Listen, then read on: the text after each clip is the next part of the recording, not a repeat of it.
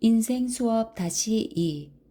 엘리자베스 퀴블러 로스, 데이비드 캐슬러 지음, 류시화 옮김. 2. 사랑 없이 여행하지 말라. 삶의 이 여행을 하는 동안 사랑하는 법을 배워야만 한다.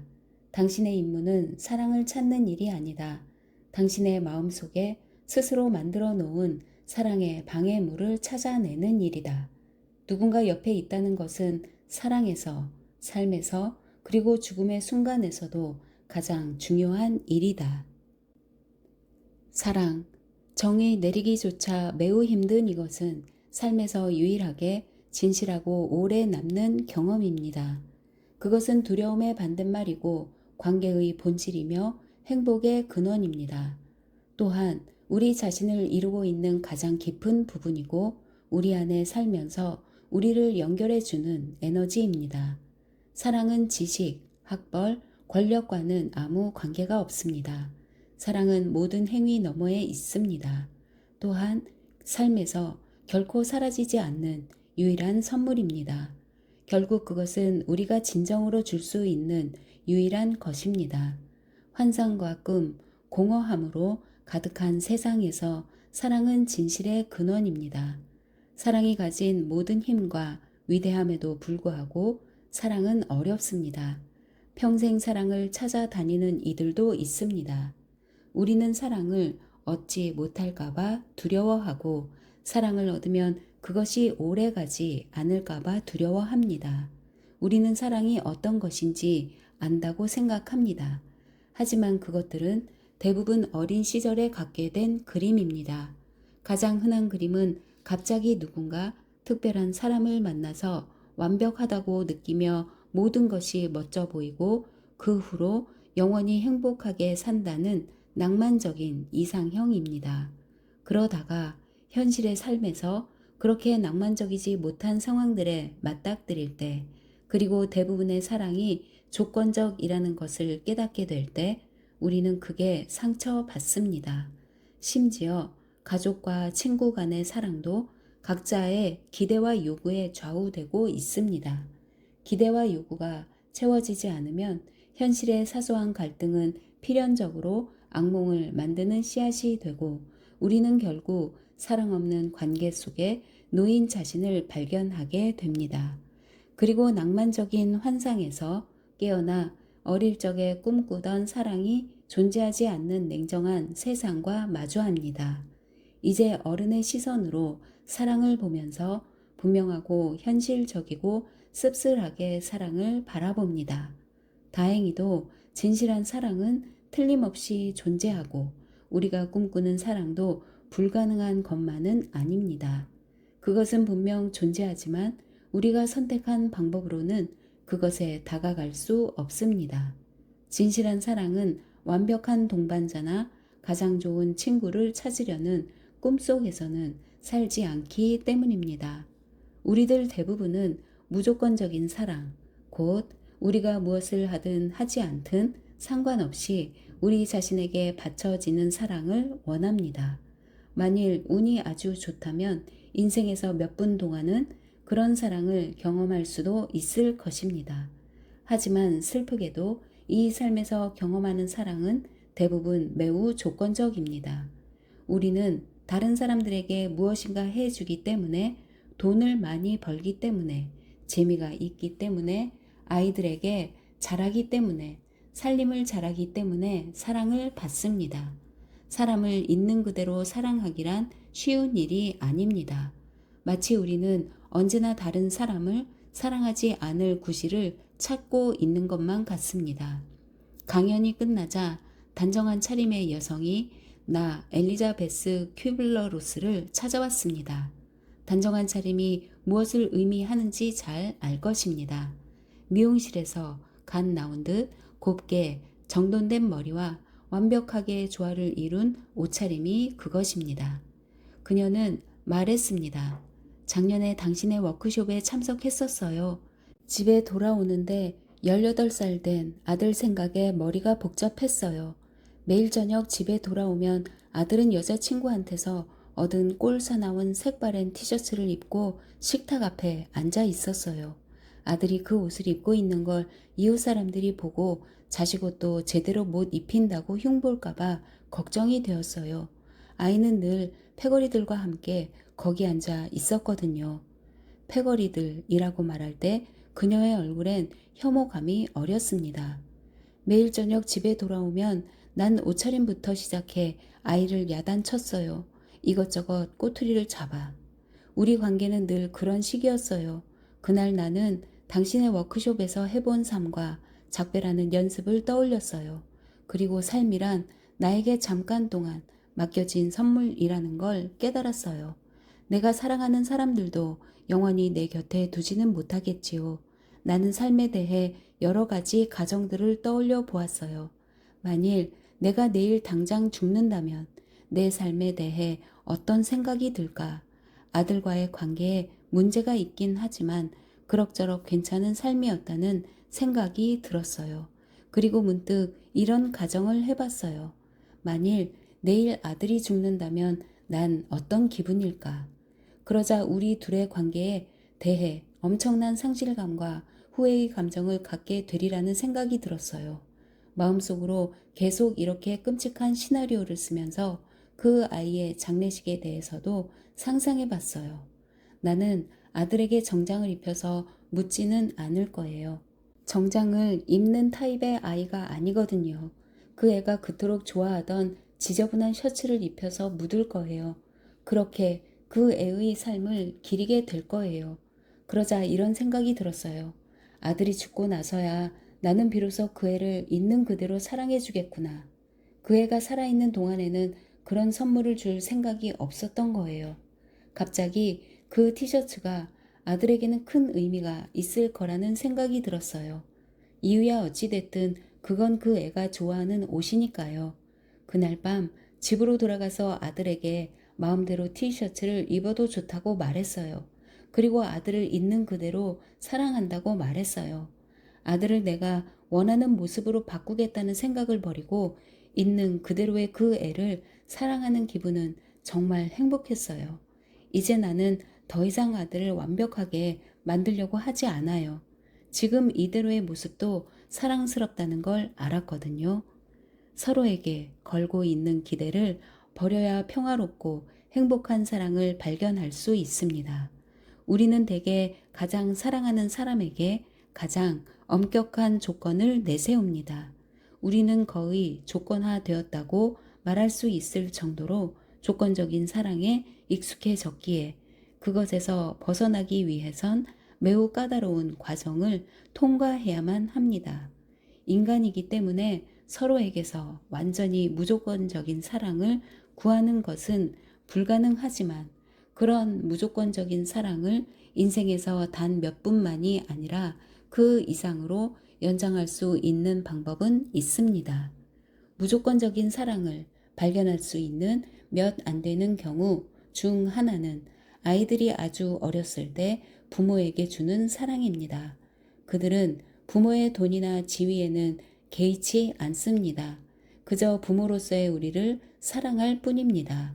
우리는 아이들의 웃음이나 좋은 성적, 말을 잘 듣는 것에 대해 보상을 해줌으로써 결국 사랑의 조건을 다는 법을 가르칩니다. 하지만 아이들이 우리를 사랑하는 방식으로부터 많은 것을 배울 수 있습니다. 우리가 아이들에게 조금만 더 많이, 조금만 더 오랫동안 무조건적인 사랑을 준다면 지금과는 아주 다른 세상이 올 것입니다. 사랑에 대한 조건은 관계를 무겁게 짓누릅니다. 그런 조건들에서 벗어난다면 생각지도 못한 다양한 방식으로 사랑을 발견할 수 있습니다. 무조건적인 사랑을 방해하는 가장 큰 장애물은 그 사랑이 되돌아 올 수 없을지도 모른다는 두려움입니다. 우리는 사랑의 감정이 받는 것이 아니라 주는 것에 있다는 것을 모르고 있습니다. 우리가 받는 사랑을 일일이 계산한다면 결코 사랑받는다고 느끼지 못할 것이며 언제나 손해본다는 기분이 들 것입니다. 정말로 사랑받지 못해서가 아니라 사랑을 재는 행위 자체가 사랑이 아니기 때문입니다. 당신이 사랑받고 있지 않다고 느낀다면 그것은 당신이 사랑을 움켜쥐고 있기 때문입니다. 사랑하는 사람과 다툴 때면 당신은 상대방이 잘못했기 때문에 자신이 화가 났다고 생각합니다. 하지만 사실 당신은 스스로 마음을 닫고 사랑을 거두었기 때문에 당황한 것입니다. 상대방이 당신의 마음에 들 때까지 자신의 사랑을 움켜쥐고 있는 것이 해결책이 되어서는 안 됩니다. 그가 또는 그녀가 당신의 마음에 들면 어떻고 또 안 들면 어떻습니까? 어머니, 친구, 형제들이 변하지 않는다고 그들을 다시는 사랑하지 않을 건가요? 그들이 무엇을 하든 그들을 사랑한다면 당신은 그 변화를 보게 될 것이고 갇혀있던 우주의 모든 힘이 해방되는 것을 느끼게 될 것입니다. 그리고 마침내 상대방의 가슴이 열리는 것을 보게 될 것입니다. 비행기 승무원이었던 여성이 이런 이야기를 들려주었습니다. 나는 동료 승무원 중 한 명과 친하게 지냈어요. 어느 날 그녀가 생각나서 전화를 걸었죠. 꽤 오랫동안 만나지 못했기 때문에 보고 싶었거든요. 나는 그녀의 자동 응답기에 전화해달라고 메시지를 남겼어요. 그런데 며칠이 지나도 그녀로부터 연락이 없자 신경이 쓰이기 시작했어요. 남편은 그냥 다시 전화를 하거나 하고 싶은 말을 자동 응답기에 남기라고 했어요. 난 그녀가 너무 바빠서 전화할 시간이 없었을 거라고 생각하면서도 점점 더 화가 났어요. 결국 내 사랑을 거두고 그녀에게 마음을 닫아버렸어요. 그런데 다음날 그녀가 탄 비행기가 추락했어요. 내 사랑을 그냥 주지 않은 것이 너무도 후회스러웠어요. 나는 사랑이 게임이며 규칙을 따라야 한다고 생각하고 있었던 거예요.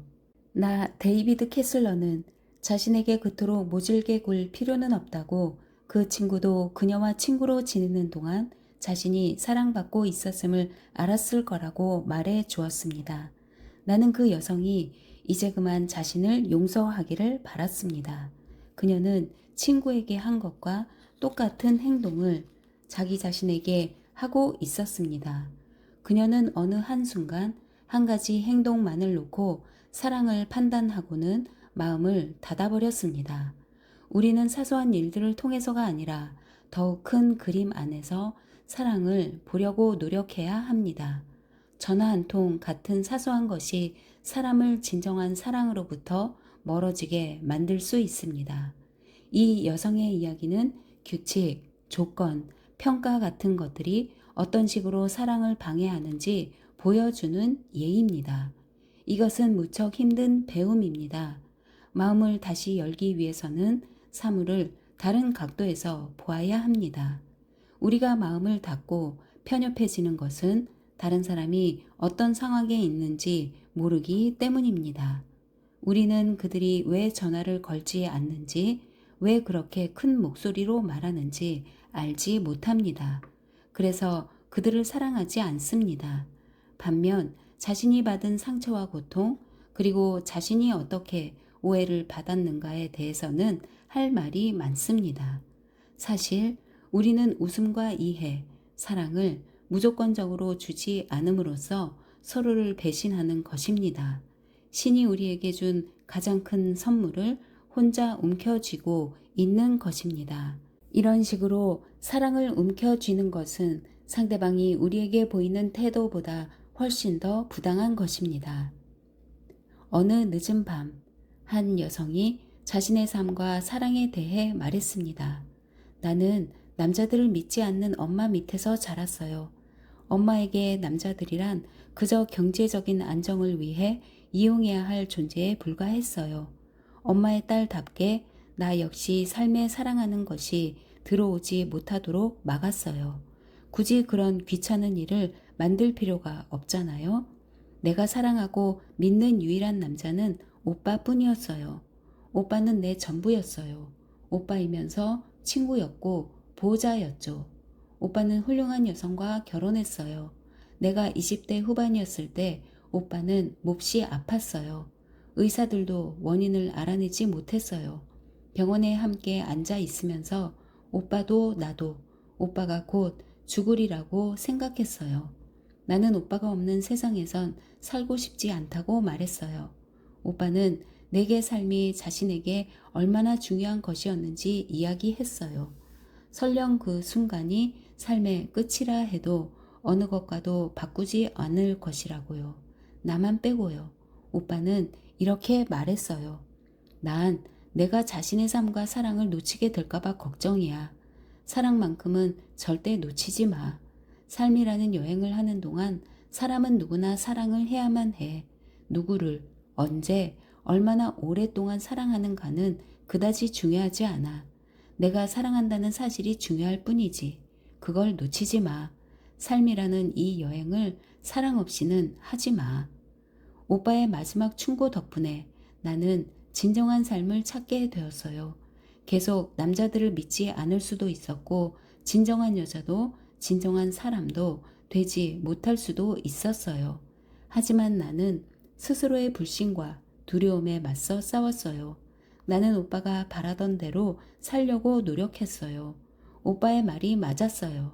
이 시간과 이 삶을 갖고서도 사랑하지 않는다면 생을 충분히 산 것이 아니지요.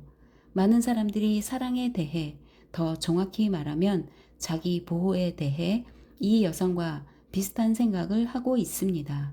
우리는 일찍부터 남자를, 여자를, 결혼을, 부모를, 배우자의 부모를, 동료를, 직장 상사를, 심지어는 삶 그 자체를 믿지 않도록 배워왔습니다. 그것도 우리를 가장 아끼는 사람들로부터 계속 주의를 받아 왔습니다. 그들은 자신도 모르는 사이에 우리가 서로 사랑하지 못하도록 방해하고 있었던 것입니다. 하지만 우리는 가슴 깊은 곳에서 우리 자신이 충분히 살고 충분히 사랑하도록 삶에서 위대한 모험을 하도록 운명지어졌다는 것을 알고 있습니다. 어쩌면 그 느낌이 깊은 곳에 파묻혀 있을지도 모릅니다. 하지만 그것은 거기에 있습니다. 어떤 행동이나 사건 아니면 누군가의 말 한마디를 계기로 빛을 보기만을 기다리면서. 몇 해 전 나 엘리자베스 퀴블러 로스는 자신의 삶이 얼마 남지 않았음을 알면서도 더 열정적으로 살고 사랑한 한 소년을 알게 되었습니다. 그는 9살 인생 중 6해 동안을 암과 싸웠습니다. 나는 병원에서 그를 한번 보고는 그가 그 싸움을 끝냈다는 것을 알았습니다. 죽음이라는 현실을 받아들인 것입니다. 그가 퇴원하는 날 나는 작별 인사를 하러 병원에 들렀습니다. 그는 뜻밖에도 나에게 집에 같이 가자고 청했습니다. 내가 시계를 훔쳐보며 망설이자 그는 오래 걸리지 않을 거라고 했습니다.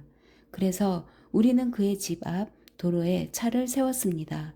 소녀는 아버지에게 3년 동안 버려둔 채 차고에 세워져 있던 자신의 자전거를 꺼내 달라고 부탁했습니다.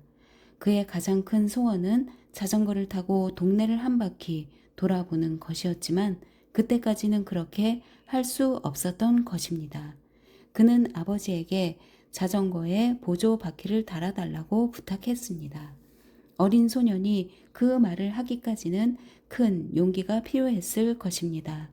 또래들이 앞바퀴를 들고 뒷바퀴만으로 달리거나 자전거로 온갖 재주를 부릴 때 자전거에 보조 바퀴를 달고 타는 모습을 보이는 것은 아이에겐 창피한 일이었습니다. 아버지는 눈물을 글썽이며 아이의 부탁을 들어주었습니다. 그러고 나서 소녀는 나를 향해 말했습니다. 아주머니는 엄마를 붙잡아 주세요. 엄마들이란 다 그렇습니다. 항상 자식을 보호하고 싶어 합니다. 엄마는 소년이 동네를 한 바퀴 돌 동안 계속 아이를 잡아주고 싶어 했습니다. 하지만 그것은 아이의 위대한 승리를 빼앗는 일이고 엄마도 그것을 이해했습니다.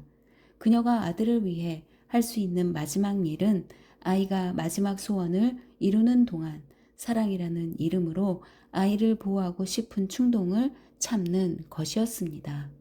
우리는 아이가 자전거를 타고 달리는 동안 기다렸습니다. 시간이 마치 영원처럼 느껴졌습니다. 모퉁이에서 아이가 간신히 균형을 잡으며 나타났습니다.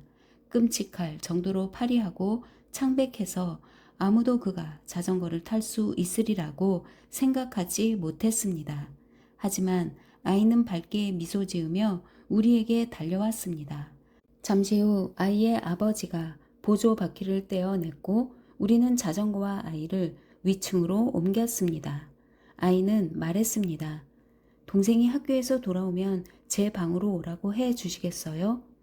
2주 뒤 소년의 1학년짜리 동생은 우리에게 형으로부터 생일 선물로 자전거를 받았다고 말했습니다.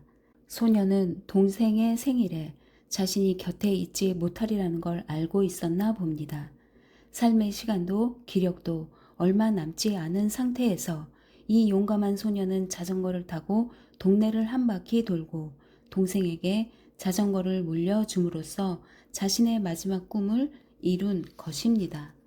우리 모두는 삶, 사랑, 모험에 대한 꿈을 가지고 있습니다. 하지만 슬프게도 우리는 그것들을 시도해서는 안 되는 이유들로만 무장하고 있습니다. 그런 이유들은 언뜻 우리를 보호해 주는 듯 하지만 사실은 우리를 가두고 삶의 거리를 두게 합니다. 삶은 우리가 생각하는 것보다 훨씬 짧습니다.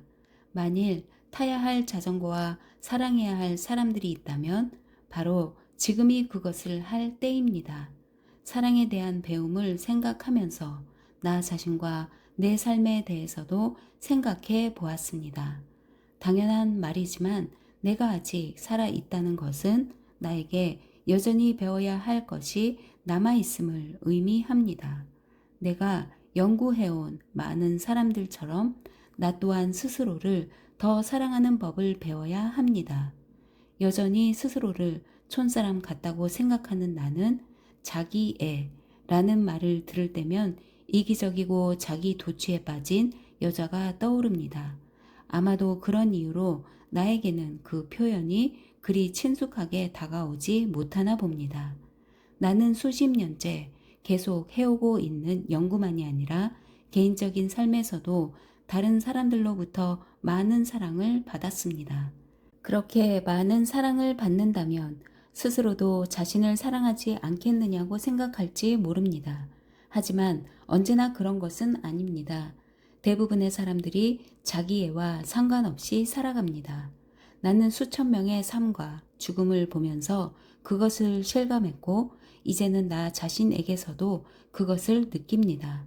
사랑이라는 것이 존재한다면 그것은 내면 깊은 곳에서부터 나오는 것입니다. 그리고 난 아직 거기까지는 이르지 못했습니다. 어떻게 하면 자신을 사랑하는 법을 배울 수 있을까요? 이것은 가장 큰 도전이며 매우 어려운 일입니다. 대부분은 어렸을 때 자신을 사랑하는 법을 배우지 못했습니다. 자신을 사랑하는 것은 옳지 못한 일이라고 배웠습니다. 자신에 대한 사랑은 자기 도취나 이기주의와 종종 혼동되기 때문입니다. 그래서 결국 우리는 사랑이라는 것은 자신에게 잘 맞는 짝을 만나는 것이라고 생각하게 됩니다. 하지만 그것은 사랑과는 아무 관계가 없습니다. 우리들 대부분은 사랑을 경험한 적이 없습니다. 우리가 경험한 것은 대개 보상에 불과합니다. 어렸을 때부터 예의 바르게 행동하고 공부를 잘하고 할머니께 웃음을 보이고 손을 자주 씻으면 사랑받을 것이라고 배웠습니다. 그것이 조건적인 가짜 사랑이라는 것을 알지 못한 채 사랑받기 위해 열심히 노력했습니다. 사랑이 그토록 많은 것들을 인정받아야 하는 것이라면 대체 어떻게 사랑을 할 수 있을까요? 우리는 자신에 대해 너그러운 마음을 갖는 것부터 시작해야 합니다. 당신은 자신의 영혼에 필요한 영양분을 공급하고 있습니까? 자신을 기분 좋게 하기 위해 어떤 노력을 하고 있습니까?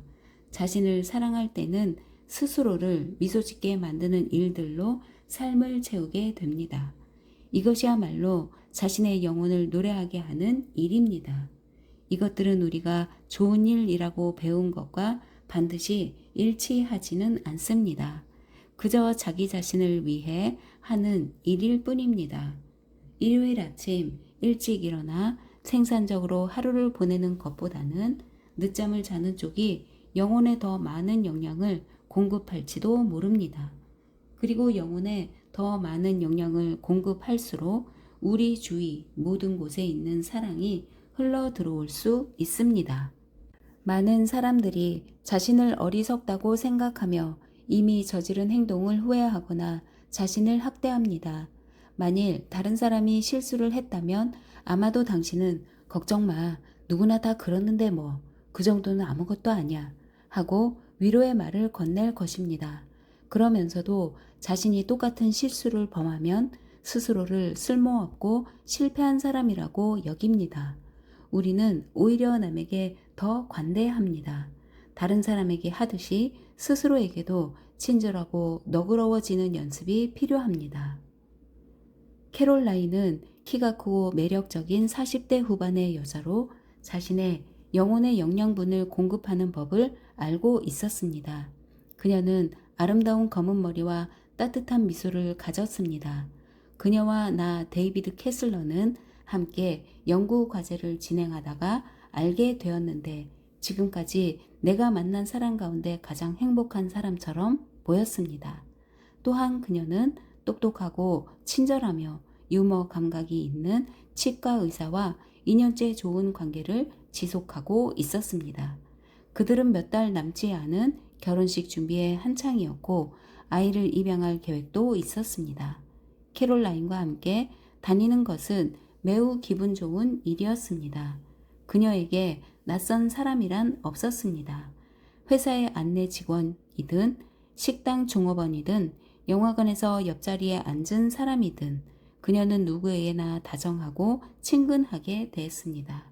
어느 날 나는 저녁 식사를 하면서 그녀에게 연애운이 좋은 것 같다고 말했습니다.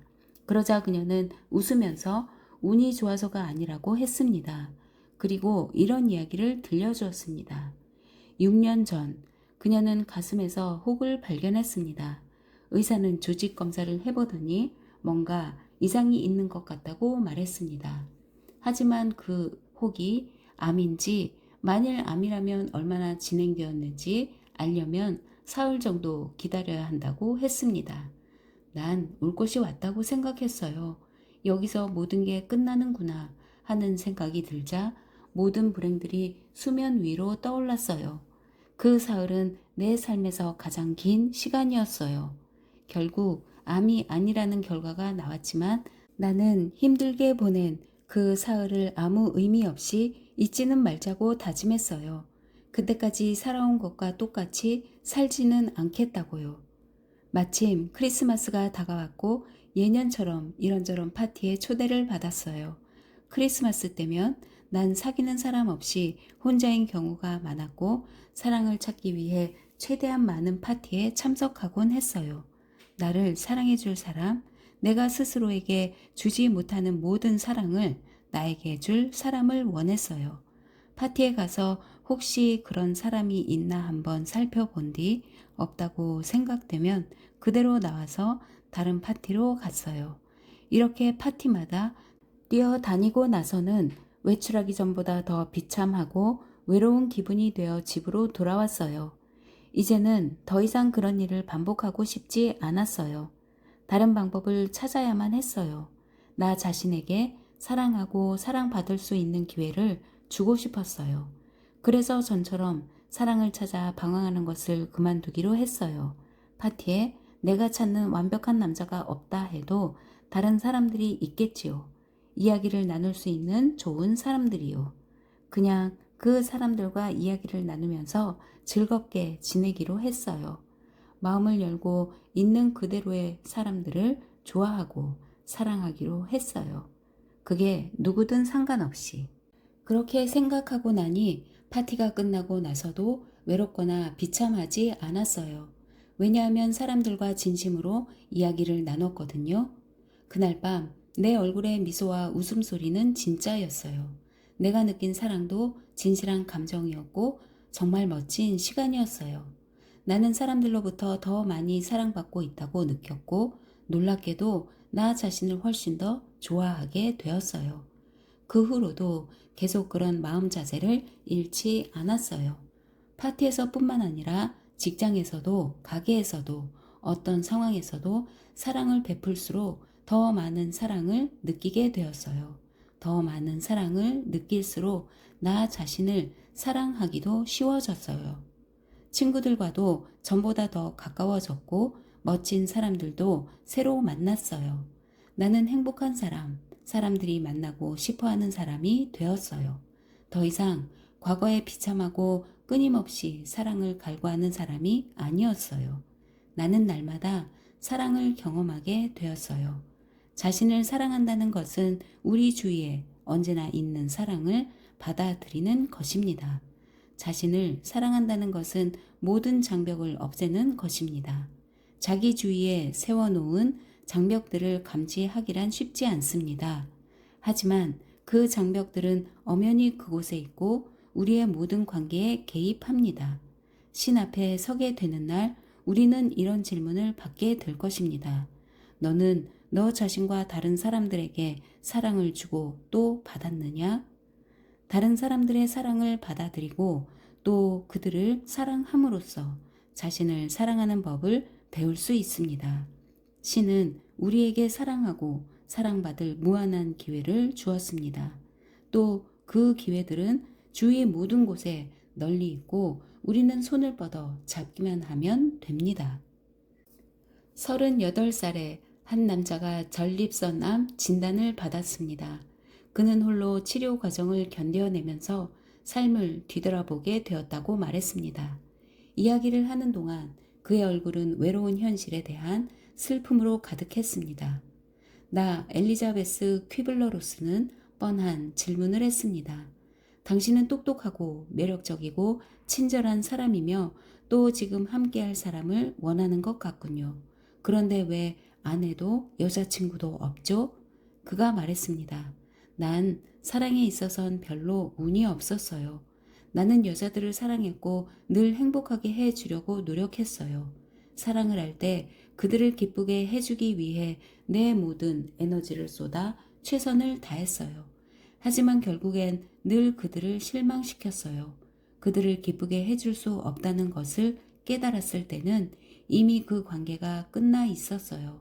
하지만 그건 별로 문제가 되지 않았어요.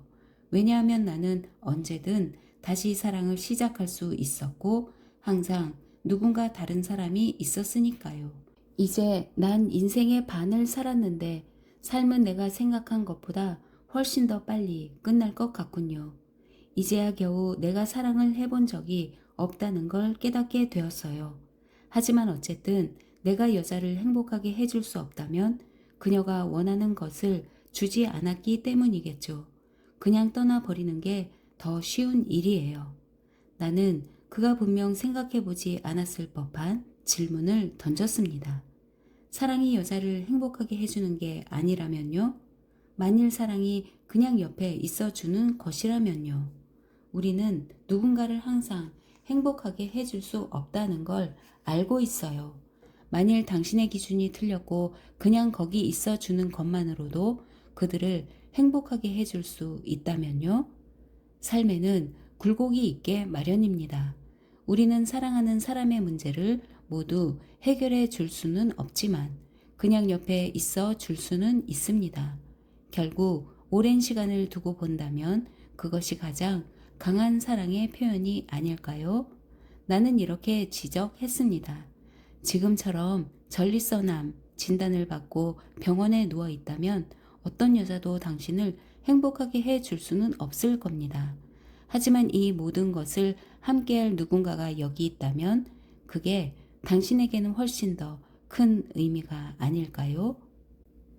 강연을 끝맺을 때면 나 데이비드 캐슬러는 종종 시애틀 근처에 사는 한 젊은 어머니와 그녀의 딸 본이 이야기를 청중에게 들려주곤 합니다. 이 이야기는 낯선 사람의 위로도 힘이 있음을 가르쳐 줍니다.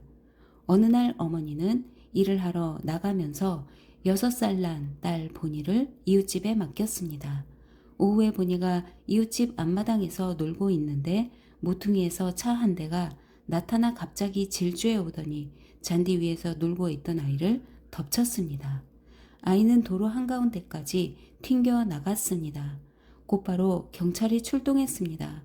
그중 한 경찰이 소녀에게로 달려갔으나 아이는 이미 심하게 다친 상태였습니다. 아이를 구할 수 있는 별다른 방법이 없었던 경찰은 아이를 안아 올렸습니다. 그러고는 두 팔로 꼭 껴안았습니다. 응급요원들이 도착했을 때는 이미 아이는 숨을 쉬고 있지 않았습니다. 그들은 곧 산소 호흡기를 가동하고 본이를 긴급히 병원으로 호송했습니다. 응급실 의료진들은 아이의 생명을 구하기 위해 1시간 넘게 분투했지만 소용이 없었습니다. 한 간호사가 직장에 있는 본이의 엄마와 간신히 연락이 닿았습니다. 간호사는 가엾은 엄마에게 그녀가 그날 아침 사랑스럽게 키스해주던 어린 딸이 방금 숨을 거두었다는 말을 전해야만 했습니다.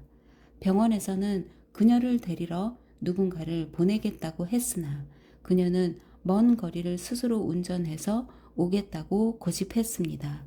마침내 아이의 엄마가 병원으로 뛰어들어 왔습니다. 그녀는 평정을 유지하려고 애썼지만 숨을 거둔 채 누워있는 어린 딸을 보자 곧 무너져 버렸습니다. 의사들이 그녀 곁에 앉아 딸의 상태를 설명하고 딸을 살리기 위해 자신들이 얼마나 노력했는지 말했습니다. 하지만 엄마에게는 위안이 되지 못했습니다. 간호사들도 소녀를 살리기 위해 최선을 다했다고 말했습니다. 하지만 엄마는 달랠 수 없는 깊은 슬픔에 잠겨 있었습니다. 망연자실에 있던 엄마는 잠시 후 친척들에게 전화를 걸기 위해 응급실을 가로질러 공중전화 부스로 갔습니다. 그러자 거의 4시간 동안 그곳에 묵묵히 앉아있던 경찰관이 일어섰습니다. 그는 현장에 맨 먼저 도착해서 어린 본이를 품에 안아준 바로 그 경찰이었습니다. 그는 소녀의 엄마에게 다가가서 어떤 상황이었는지 이야기하고 이렇게 덧붙였습니다. 아이가 그때 혼자가 아니었다는 것만 알아주십시오. 엄마는 그 말을 듣고 너무나 고마워했습니다. 그녀는 딸이 삶의 마지막 순간에 비록 낯선 사람으로부터라도 사랑을 느꼈다는 사실을 알고는 마침내 위안을 얻었습니다. 누군가 옆에 있다는 것은 사랑에서, 삶에서, 그리고 죽음의 순간에서도 가장 중요한 일이라고 할 수 있습니다. 몇 해 전 나 엘리자베스 퀴블러 로스는 한 병원에서 흥미로운 현상을 목격했습니다. 죽음을 앞둔 환자들의 얼굴이 몰라보게 밝아진 것이었습니다. 그것은 나 때문이 아니라 병원에서 일하는 청소부 아주머니 때문이었습니다. 그녀가 중환자실에 왔다 갈 때마다 어떤 변화가 일어났습니다. 나는 그 비결을 알 수만 있다면 100만 달러도 아깝지 않을 것 같은 기분이 들었습니다. 어느 날 복도에서 마주친 그녀에게 나는 다소 무뚝뚝하게 물었습니다. 도대체 내 환자들에게 어떻게 하는 거죠? 그녀는 방어적으로 대답했습니다. 그냥 병실을 청소할 뿐이에요. 그녀가 어떻게 사람들의 기분을 좋게 만드는지 알고 싶어서 나는 눈에 안 띄게 그녀를 쫓아다녔습니다. 하지만 그녀가 별달리 특별한 일을 하는 것 같지는 않았습니다. 이런 식으로 뒤를 밟은 지 2, 3주가 지났을 때 그녀는 나를 붙잡아 간호사실 뒤편에 있는 방으로 데리고 갔습니다. 그리고 몇 해 전 겨울에 자신의 6 아이 중 하나가 몹시 아팠다는 이야기를 들려주었습니다. 그녀는 한밤중에 3살 난 아들과 함께 응급실에 가서 아이를 무릎에 앉혀놓고 몇 시간 동안이나 의사가 오기만을 기다렸다고 했습니다. 하지만 아무도 오지 않았고 그녀는 품 안에서 어린아들이 폐렴으로 죽어가는 것을 지켜볼 수밖에 없었습니다.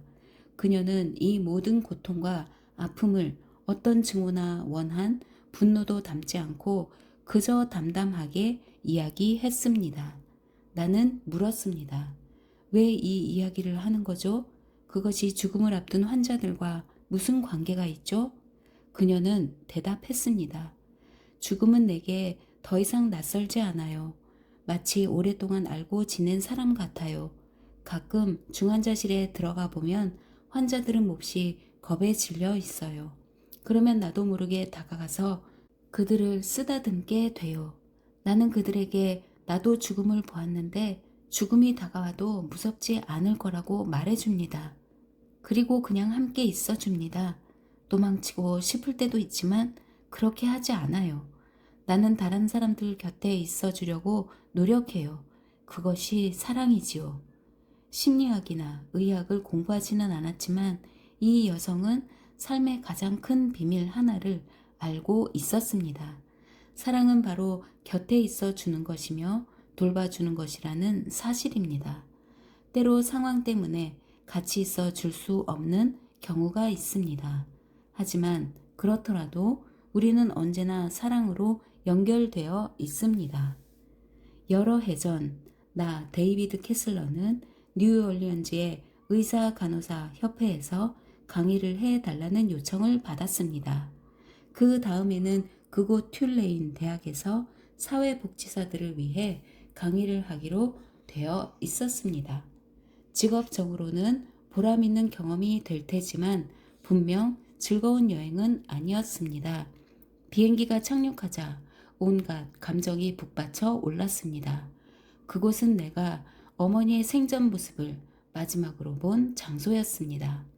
나는 모든 일정이 끝나면 어머니가 마지막 숨을 거두신 병원에 찾아가 보기로 마음먹었습니다. 동네 병원에서는 어머니의 병을 고칠 수가 없어서 우리는 집에서 2시간 떨어진 곳에 있는 더 큰 병원으로 어머니를 모셨습니다. 그때 나는 13살이었습니다. 병원 규칙에 의하면 최소한 14살 이상이어야 면회를 할 수 있었습니다. 그래서 나는 잠깐 숨어 들어가서 어머니와 얘기하고 만지고 함께 있을 기회를 노리며 몇 시간 동안이나 중환자실 밖에 앉아 있었습니다. 설상가상으로 아버지와 내가 묵고 있던 병원 바로 옆에 호텔에 갑자기 경찰이 들이닥쳐 투숙객들 모두 방을 비워줘야 했습니다. 아버지와 내가 어머니를 보러 가기 위해 호텔 로비에 내려와 있을 때 경찰관들이 뛰어들어와 우리를 밀어내며 대피하라고 외쳤습니다. 건물 밖으로 뛰어나가면서 우리는 총소리를 들었습니다. 누군가가 호텔 옥상에 서서 지나가는 사람들에게 총을 쏘고 있었던 것입니다. 아버지와 나는 어머니와 함께 있기 위해 바로 병원으로 가고 싶었지만 관계자들은 병원 옆에 있는 건물로 들어가라며 우리를 막았습니다. 결국 경찰이 어느 정도 상황을 정리한 뒤에야 우리는 병원으로 들어갈 수 있었고 그 저격수는 후에 경찰에 의해 사살되었습니다.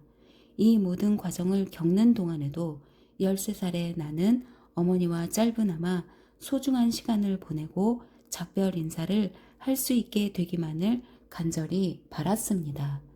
그로부터 26년이 지난 지금 나는 병원을 바라보면서 호텔 앞에 있는 작은 풀밭을 거닐고 있습니다. 그러면서 그날의 모든 흥분과 혼란을 떠올려 봅니다. 26년 전 어머니가 생애 마지막 2주를 보낸 중환자실 문 밖에 서서 어머니를 보고 싶어하는 어린아이가 들여다보았던 바로 그 창으로 안을 들여다봅니다. 간호사 한 명이 다가오더니 내게 누구를 찾아왔느냐고 묻습니다. 나는 아니라고 대답하면서 정작 그때는 간호사들이 나를 들여보내주지 않았던 아이러니에 대해 생각합니다. 원하시면 들어가셔도 돼요. 아닙니다. 내가 보고 싶어하는 사람은 이제 이곳에 없거든요. 어쨌든 감사합니다. 그 어린 시절로부터 긴 세월이 흐르고 많은 배움을 얻은 지금 나는 어머니가 내 가슴과 마음속에 그리고 이 이야기 안에 살아 계시다는 것을 압니다. 또한 어머니가 다른 곳에 다른 어떤 방식으로 존재한다고 나는 믿습니다. 더 이상 어머니를 보거나 만질 수 없지만 마음으로 느낄 수는 있습니다. 어머니의 마지막 나날들 동안 비록 내 몸은 그 곁에 없었지만 마음만은 늘 어머니와 함께 있었습니다. 우리가 사랑하는 사람들 곁에 누군가 다른 사람이 있게 되는 경우도 있습니다. 의료진들이나 그저 친절한 행인들이 심지어 그 사람의 이름도 모르면서 곁을 지켜주는 것은 사랑의 강력한 행위입니다. 청소부, 어머니, 친구, 한 번도 본 적이 없는 소녀를 품에 안아준 경찰관. 사랑에 대한 배움은 모든 형태로, 모든 종류의 사람과 상황으로부터 얻을 수 있습니다. 우리가 누구인지, 무엇을 하는지, 돈을 얼마나 버는지, 어떤 사람을 알고 있는지는 중요하지 않습니다. 우리는 모두 사랑하고 사랑받을 수 있습니다. 다른 사람의 곁에 있어 줄 수 있고 주위의 사랑에 마음을 열 수도 있습니다. 사랑은 언제나 우리의 삶 속에 모든 아름다운 경험 속에 때로는 비극 속에 존재합니다. 사랑은 삶의 깊은 의미를 불어넣는 순수한 재료입니다. 사랑은 살아있고 만질 수 있으며 우리 안에서 숨쉬고 있습니다. 사랑은 신과 신성함에 대한 경험입니다. 우리는 손을 뻗어 그것을 붙잡기만 하면 됩니다.